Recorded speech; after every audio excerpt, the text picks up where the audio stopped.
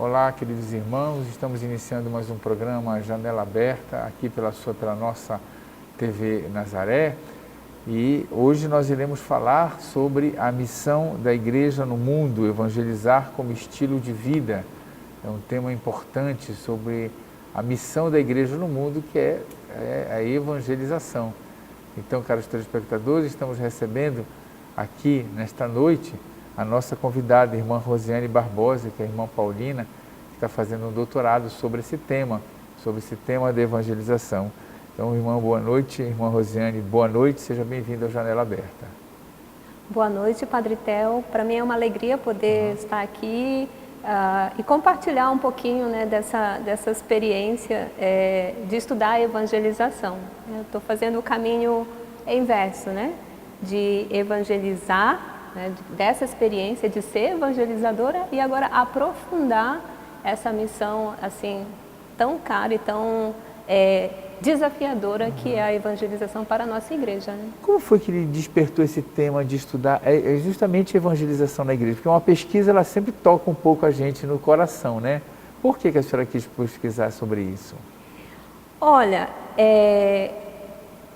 eu sempre digo que a minha vocação, ela é uma vocação eclesial, porque ela nasceu na comunidade eclesial, na comunidade onde eu pertencia, né? Então, assim, esse tema da igreja, da evangelização, sempre fez parte da minha história, né? Apesar de que ele não foi o meu tema primeiro escolhido, né? Eu tinha um projeto antes, eu sonhava, pensava em estudar a questão da religião e do consumo. Eu fiz mestrado em Ciências da Religião, né, pesquisei sobre ensino religioso e na minha experiência do mestrado surgiu esse desejo de estudar religião e consumo. E, de certa forma, trabalhar essa perspectiva da religião fora da igreja. Tá? E no caminho do doutorado, tive uma certa dificuldade e eu tive que refazer meu projeto. E pensando diante dos temas que eu me sentia atraída e que eu sentia que eu poderia aprofundar, poderia estudar, tive um tempo para pensar e voltei ao meu primeiro amor, que é a evangelização. E, sobretudo, motivada pelo Papa Francisco, a partir da Evangelii Gaudium, de todo o contexto, todas as situações que ela apresenta, os desafios, mas também as alegrias, né? Essa é uma grande marca da Evangelii Gaudium, que é a evangelização com alegria, né? Então, a partir daí surgiu o tema e o meu desejo de aprofundar o tema da evangelização. Muito bem. Eu queria que o senhor começasse falando sobre qual é a fundamentação bíblica que mostra que a igreja é missionária. Olha, claro, toda a evangelização tem a sua fundamentação bíblica, né? A gente poderia citar algumas passagens que fundamentam e que mostram, né, essa fundamentação. Então, a gente poderia começar com o próprio um mandato, né, o mandato de Jesus. Ide e evangelizai, ide e fazei discípulos, né? Então, aí a gente já recebe um mandato missionário, né? E não é uma opção, é uma ordem, é um imperativo, né? Ide, quer dizer, vão, não tem escolha, a gente tem que ir. Então, a evangelização, nesse sentido, não é numa coisa opcional, uma coisa se eu faço, se eu quiser ou quando eu quiser, mas é um mandato, né? A gente recebe esse mandato do próprio Cristo, de ir fazer discípulos, né? Não é discípulos meus, mas discípulos de Jesus.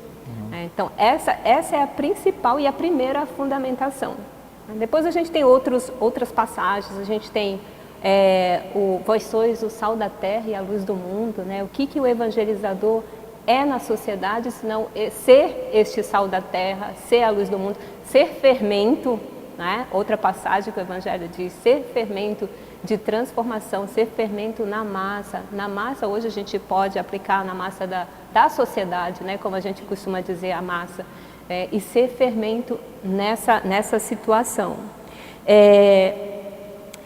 Outra fundamentação que a gente tem é do próprio Jesus, que se põe a caminhar, né, com os discípulos. Ali a gente tem a passagem dos discípulos de Emaús, no final do Evangelho de Lucas, né, quando os discípulos estão desanimados, tristes, a partir de tudo aquilo que eles viveram em Jerusalém, né, que Jesus viveu a paixão, morreu, mas eles ainda não têm a experiência da ressurreição, né, então eles estão ali desanimados, tristes. E enquanto eles estão no caminho, Jesus vem, se aproxima, escuta.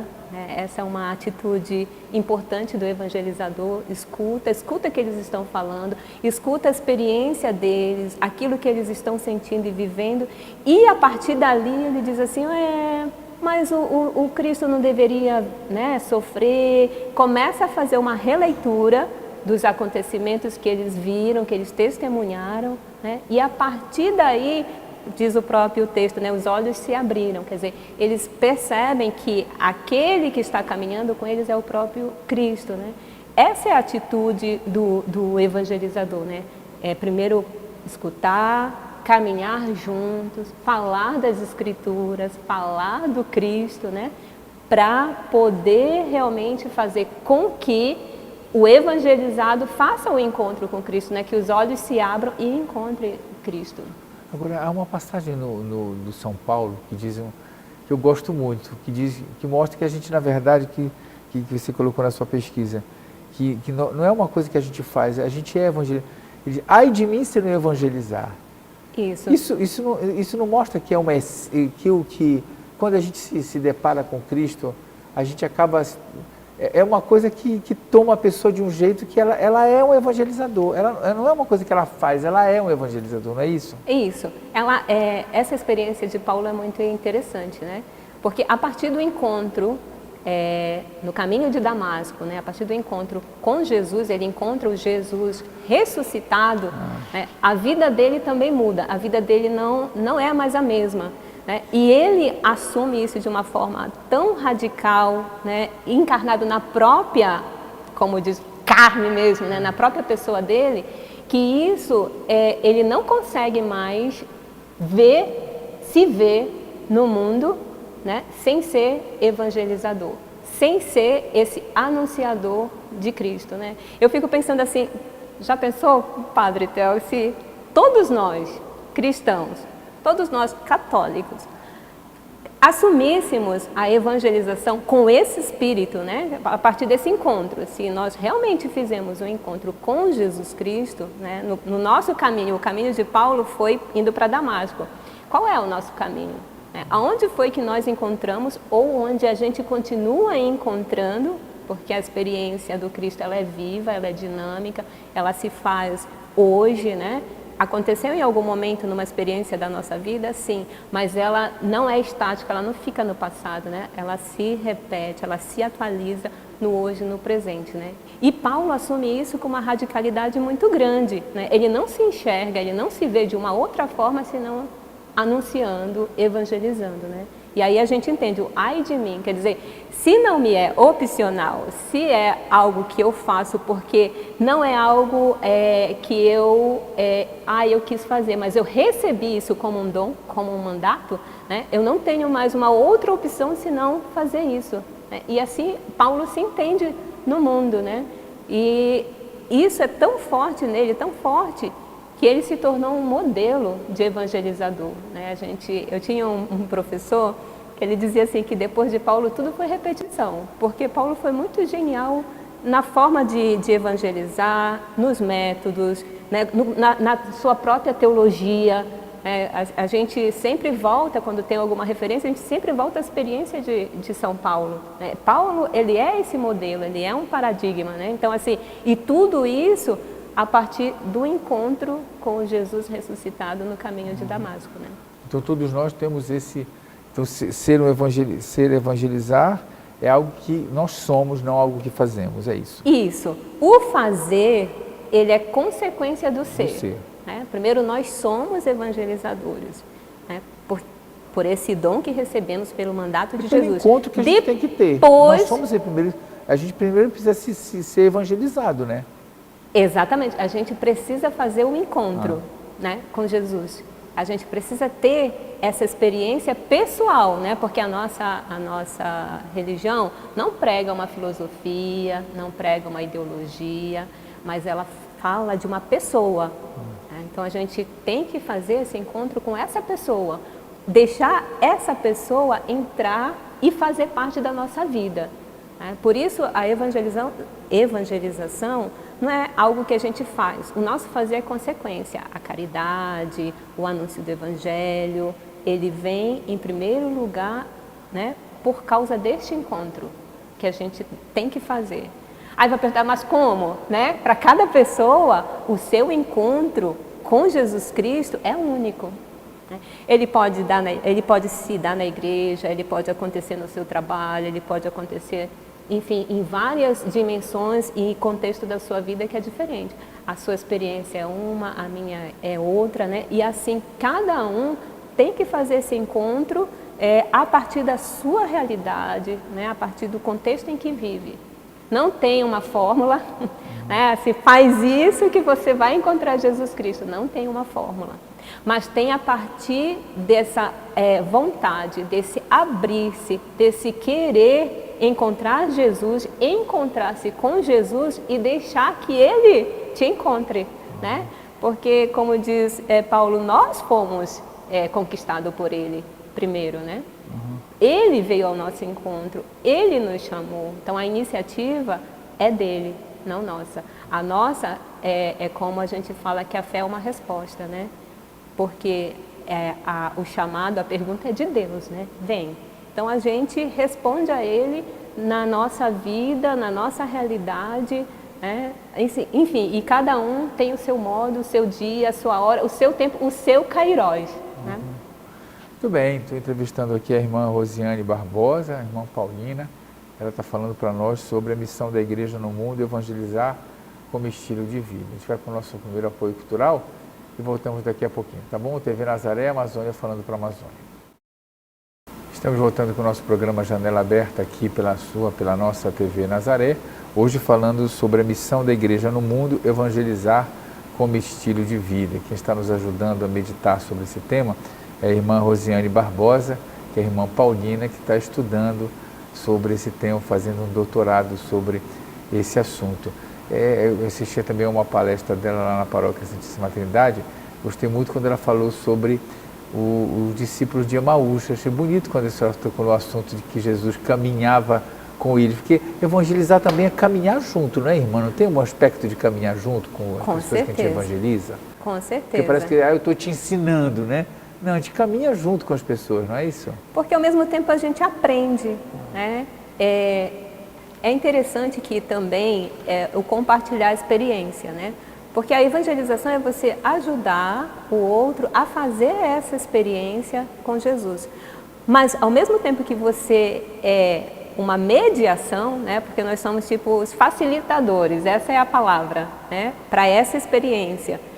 A gente compartilha aquilo que a gente viveu, né? De fato, a gente evangeliza porque nós fomos evangelizados, né? A gente pode caminhar juntos porque caminharam conosco. Isso também é muito interessante, né? Porque a gente dá o que recebe, né? E a evangelização é isso, né? É esse constante caminho em que dá e receber, né? Eu recebi e agora eu vou dar. Eu não vou ensinar. Tanto que a evangelização, a gente não diz que a catequese não é escola, né, mas é fazer essa experiência. Hoje a gente trata muito da catequese mistagógica, né, que é fazer a experiência do mistério de Cristo, mais do que aprender dogmas, conceitos, né? Isso é importante, com certeza, a gente conhecer os fundamentos da nossa fé, sem dúvida. Mas fazer primeiro essa experiência do mistério que é a base, né, que é a fundamentação, porque se fica somente naquilo que é racional, né, a gente não tem aquela base profunda de permanecer em nossas convicções. Aí a gente vê né, um número muito grande de pessoas que abandonam a fé, que abandonam a igreja, né, porque não fizeram essa experiência mistagógica, né? Então, é poder fazer com que as pessoas cheguem a essa experiência do Cristo, que é a evangelização, né? Então, a gente não ensina, mas a gente facilita para que as pessoas possam fazer essa experiência, possam fazer esse encontro, como você citou, né, a passagem dos discípulos de Emaús, que os olhos possam se abrir, que o coração possa arder, né, e realmente reconhecer, era ele que falava. Muito bem. Queria que a senhora falasse da importância do Concílio Vaticano II nessa discussão, de mostrar aqui o compêndio do Concílio Vaticano II, nessa discussão sobre evangelização. O que é que o Concílio Vaticano II, que ocorreu de 62 a 65, ele trouxe para nós? Qual foi a riqueza desse concílio, irmão? O concílio é uma pérola, né? Se a gente olha, analisa um pouquinho a situação histórica da Igreja, antes do Concílio Vaticano II, realizou-se o Vaticano I, né? E até o início do século XX, até meados, porque o Vaticano II praticamente ele está na metade do século XX, né? A Igreja tinha assumido uma posição de fechamento, né? Por medo, por insegurança, por também toda aquela situação do modernismo, muita coisa acontecendo rapidamente, né? Então, todas aquelas seguranças estavam meio que ruindo, né? E a Igreja toma essa posição de fechamento. O Concílio Vaticano II vem abrir de novo a Igreja para esse diálogo com o mundo moderno, com o mundo contemporâneo. Então, essa é a grande riqueza, é a grande contribuição do Vaticano II, que o Papa João XXIII dizia assim, abrir as portas, né? Vamos abrir as portas para que faça arejar dentro da igreja. Porque estava toda aquela situação de fechamento, né? A igreja já não se comunicava com as pessoas no seu tempo, né? Ali a gente tem metade do século XX. Então, era necessário trazer de novo esse diálogo, né? E o Vaticano II traz essa reflexão, né, da presença da igreja no mundo. Então, a importância de dialogar e não se fechar. Com o desconhecido, a gente tem que conhecer para dialogar. Então, toda a questão do modernismo ali, que era algo desconhecido, que é algo assustador, então a igreja se põe a dialogar, se põe, vamos abrir, nós vamos retomar esse diálogo com o mundo, com as pessoas. Só que assim, qual é a posição da igreja, né? A gente fala a partir de onde? Qual é o nosso referencial? A gente vai dialogar sem se perder nessas ideologias, nessa proposta, mas sabendo qual é a nossa identidade, qual é o nosso referencial. E é muito bonito que, deixa eu pegar a minha cola, né? A Lumen Gentium, que é a luz das nações, né? A igreja traz esse conceito de povo de Deus, né? Então, assim, todos nós somos povo, todos nós temos esse compromisso de evangelizar, todos nós somos igreja. Então, a igreja, ela deixa aquela concepção, né, um pouco mais limitada e ela expande, ela está presente no mundo, né? Uma expressão que eu acho muito linda, que ela diz assim, que, né, a identidade fundamental da igreja é a evangelização, né? É a identidade de todos. E quem evangeliza? Todos, todos, todos, todos, né? Não só os padres, os bispos, não. Mas todos os batizados assumem essa responsabilidade. Então, assim, essa é uma inovação que o Vaticano II traz em relação à evangelização, né? Se antes, poderíamos dizer que leigos tinham uma situação um pouco mais passiva em relação ao anúncio e à evangelização, a partir do Vaticano II, né, se tem essa valorização, né, todos são responsáveis. Então, assim, não mais a hierarquia, mas todo o povo de Deus é responsável pela evangelização. Entre outros documentos, o Vaticano II também fala das missões, fala do apostolado dos leigos, fala dos meios de comunicação, né? Hoje a gente evangeliza com os meios de comunicação e o documento Inter Mirifica traz, né, já ali, embora não tenha se desenvolvido muito, isso é uma coisa muito interessante do concílio, né? O concílio não desenvolveu muitos temas, mas abordou temas, ou seja, deixou que nós, no futuro, hoje, né, e os que virão depois de nós, possam aprofundar e aumentar, alargar a discussão que começou ali. Ainda hoje, a gente ainda não conseguiu implementar tudo o que foi pensado, rezado, idealizado pelos padres do concílio, né? A gente ainda não conseguiu fazer isso, mas estamos a caminho, né? O concílio deixa uma bagagem muito grande, tem muita coisa ainda para se fazer, muita coisa para estudar, né?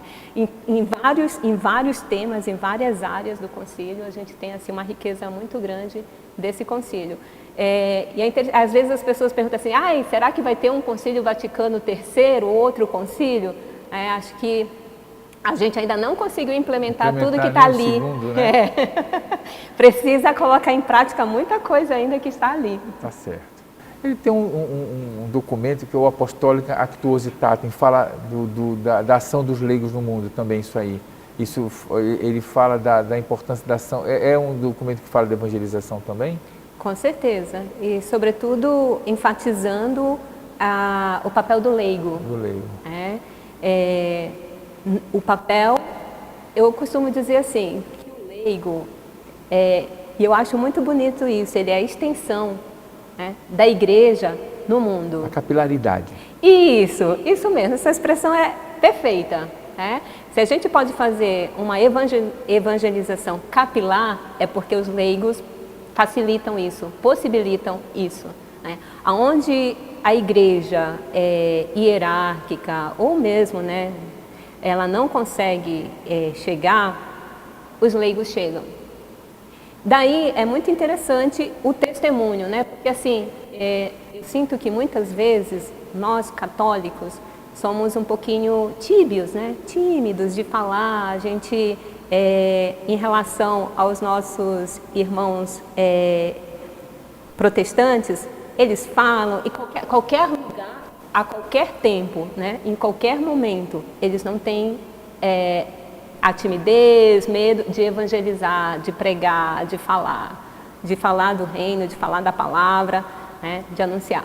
E nós católicos muitas vezes deixamos isso, né, às vezes por medo, às vezes por insegurança, enfim, N causas, né? E nesse sentido da valorização do apostolado leigo, os leigos têm essa responsabilidade de ser em qualquer lugar, no seu ambiente de trabalho, na escola, na rua, enfim, né, na sua vida, esse multiplicador, né, esse evangelizador a todo tempo. Como diz Paulo, né, a tempo e a contratempo eu prego. Né?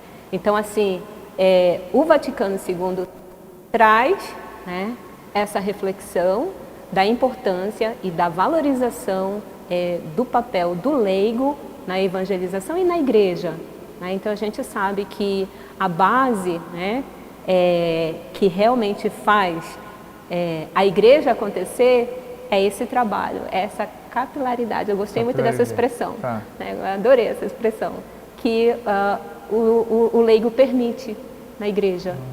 Então, sem essa contribuição, o trabalho da evangelização seria bastante limitado, né?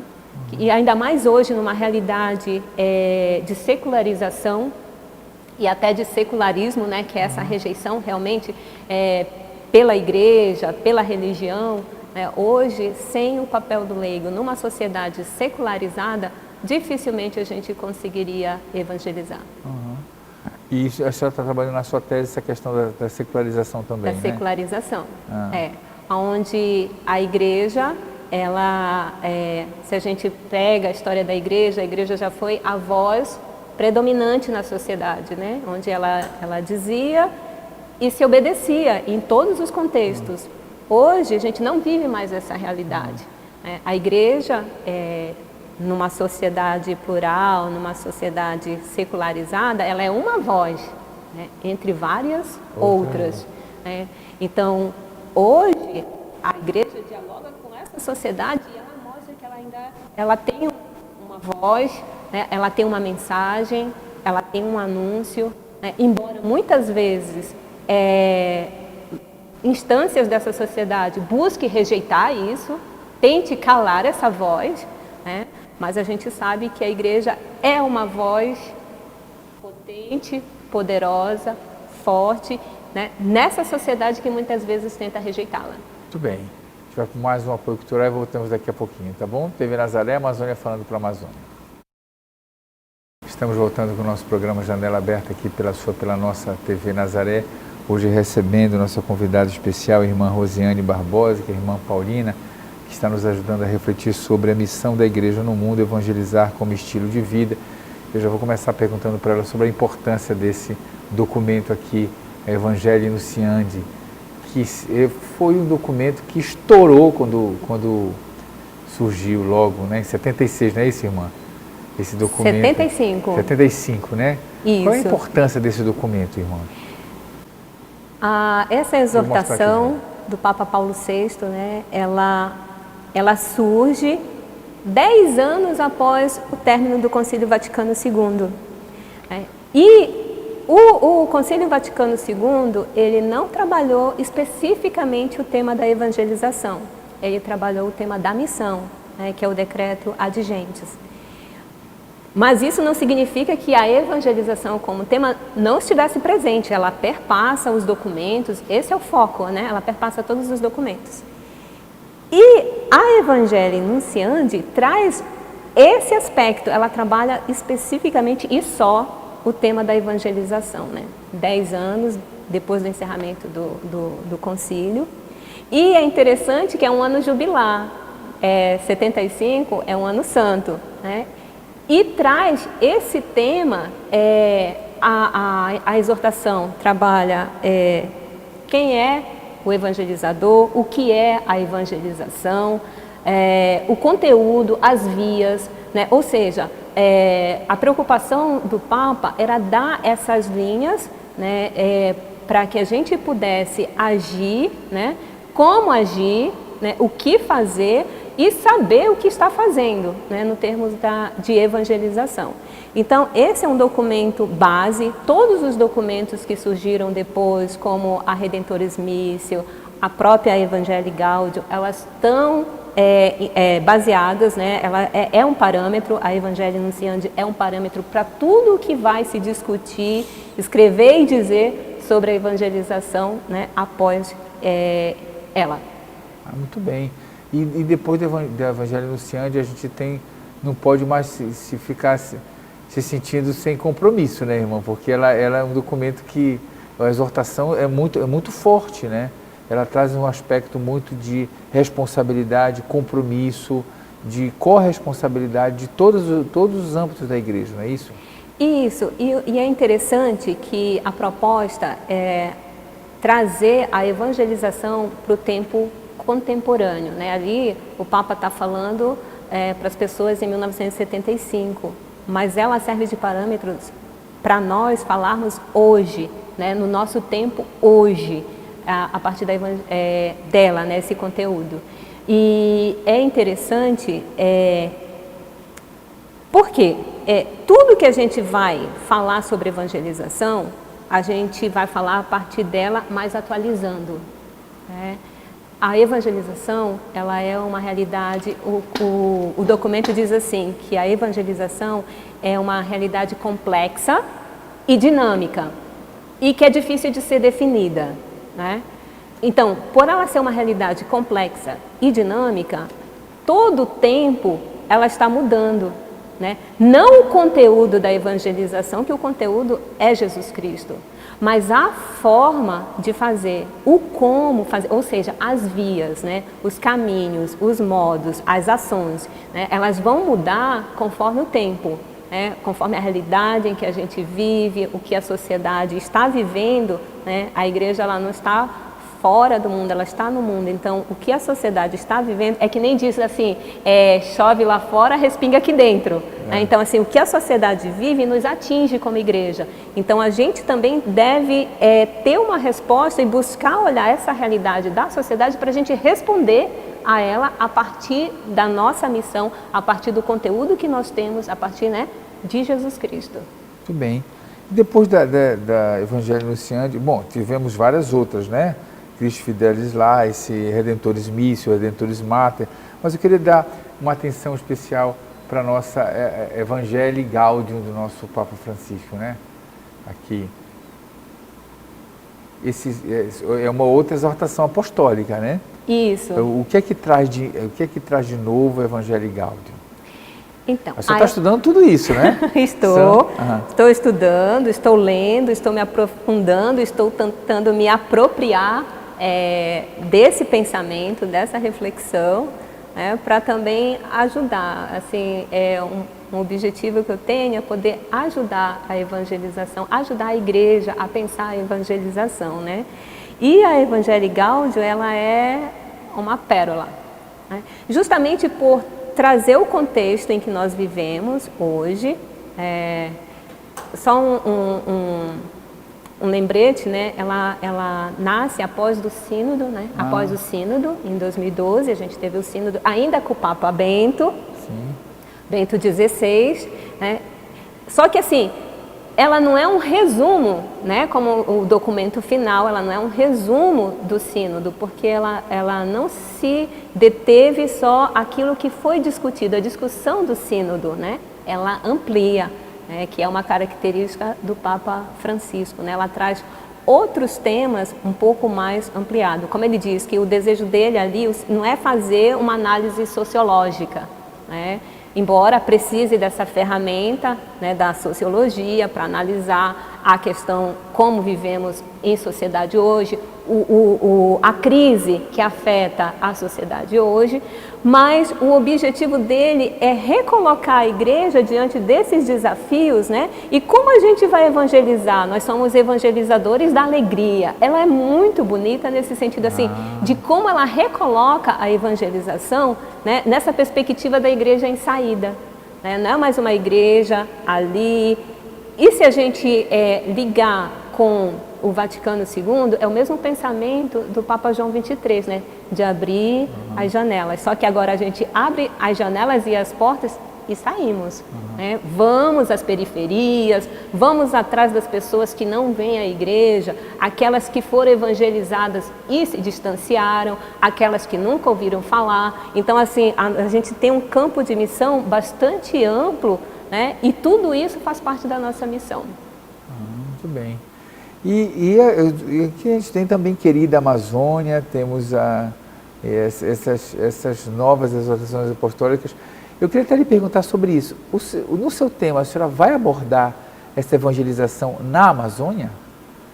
Infelizmente não. Não dá tempo. Não. Eu tenho um sumário bastante amplo. Minha orientadora disse, meu Deus, né? Mas ela disse, é uma tese, eu vou ter que selecionar o que eu vou abordar, os aspectos, né? Embora eu não vou trabalhar com todos os documentos, né? Eu selecionei os documentos especificamente de evangelização, que tratam, que não de um modo, por exemplo, a Evangelii Anunciante, ela é especificamente todo o documento, né? Os outros documentos têm um capítulo, né, tem uma nova orientação. Então, a minha perspectiva é essa, são os documentos que abordam a evangelização, trazem essa discussão para o contexto do documento e que eu vou trazer para o contexto hoje, né? Então, eu vou fazer essa hermenêutica, né, da evangelização a partir desses documentos. Mas a gente não pode dizer assim, não vou falar desse ou não vou falar daquele. Não entra a Querida Amazônia, mas a gente toca, porque a gente vai falar de questões ambientais. A gente não tem como não falar da nossa casa comum, né? Porque a gente está evangelizando nessa casa. Não é? Então, assim, embora não faz parte do meu tema, não é algo que eu vou tratar em particular, mas não deixo de abordar, não deixo de citar, como a gente diz, né, pensar um elemento ou outro, porque está Mas é sempre tudo no contexto interligado. brasileiro, né? Sim. Sempre um contexto. Então, o documento de Aparecida vai aparecer, né? Com certeza. O que o documento de Aparecida traz para a senhora de importante? Olha, o próprio contextualizar, né, a evangelização na América Latina, depois, porque o documento de Aparecida é um documento do CELAM, né, que é da Conferência Episcopal aqui da América Latina, dos bispos da América Latina. Ou seja, todas essas orientações servem para a América Latina de um modo geral. Depois, aqui no Brasil, a CNBB vai pegar esse documento e vai olhar a nossa realidade de Brasil e ver o que se aplica e como se aplica, né? Como tornar isso, para não ficar só uma reflexão, mas como tornar isso concreto, né? Então, o documento de Aparecida, ele tem esse aspecto de aplicar na nossa realidade, e a grande contribuição, né, o próprio tema, é a questão do discípulo missionário. Né? Todos nós somos, e é interessante que não tem uma conjunção, né? Discípulo e missionário. Nós somos discípulos missionários, ou seja, a missionariedade, ela já está dentro do nosso discipulado. Por isso que a igreja diz assim, que não é uma tarefa, se eu faço, se eu quiser, mas é a minha identidade mais profunda. Né? Ao me tornar discípulo, eu sou missionário. Ao me tornar discípulo, eu evangelizo. Então, o documento de Aparecida, e ele vai trazer, né, como fazer, faz essa análise também contextual, né, da nossa sociedade, da nossa realidade latino-americana, embora ele não se detenha especificamente a esse ou aquele país, né, não se detenha ao Brasil. E depois esse é o trabalho que a CNBB faz, né, de olhar a nossa realidade e aplicar esse documento. E aí a gente vê muitas orientações do documento de Aparecida nas diretrizes gerais da evangelização e em tantos outros planos, né, de evangelização que a CNBB faz.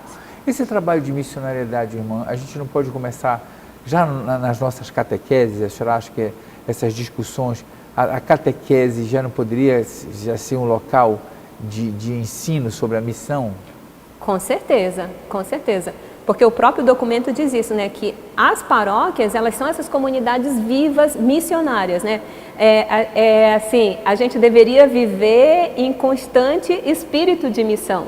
Né? Não esperar, e outra, mudar a mentalidade de pensar que missão é algo que eu tenho que sair do meu país, que eu tenho que sair do meu estado, né? Às vezes isso é a missão adigentes, onde a gente vai aonde os povos que nunca ouviram falar do Evangelho, né? Mas, só voltando, a Redentores Missio, ela enfatiza 3 modos de evangelização. A evangelização adigentes, né, para anunciar àqueles que nunca ouviram falar de Jesus, né, que nunca ouviram o Evangelho. A missão, a evangelização, a gente chama de ordinária, mas é a evangelização contínua, que é naquelas comunidades que já vivem a fé, né, que já tem a sua estrutura, que já são estruturadas, tem a sua catequese, tem a sua liturgia, tem toda a sua estrutura de igreja. Né? E um terceiro modo de evangelização é a evangelização, ou nova evangelização, que é a evangelização focada para aqueles que foram evangelizados, que foram batizados, que receberam a sua iniciação cristã, mas em algum momento da vida se desligaram da igreja, né? Deixaram de participar, deixaram de viver a fé. Né? Então, esses 3 momentos fazem parte da nossa evangelização. Voltando agora à sua pergunta, né? Nós deveríamos ter essa iniciação da vida cristã ou a nossa catequese focada nisso, né? Focada em formar e focada em fazer com que discípulos missionários estejam sempre prontos para a missão. Essa missão que vai reforçar as comunidades, os ministérios, as pastorais, né? Porque é daí que vai vir o nosso contingente, entre aspas, né? De trabalhadores, de discípulos, de missionários, de pessoas que fazem a igreja. Você é a igreja como padre, eu sou a igreja como religiosa, e tantos leigos são igreja do modo que são, do modo que vivem, né? Certo, irmã. Bom, é isso mesmo, a igreja no mundo, na missão. Cada um de nós tem uma responsabilidade nessa missão.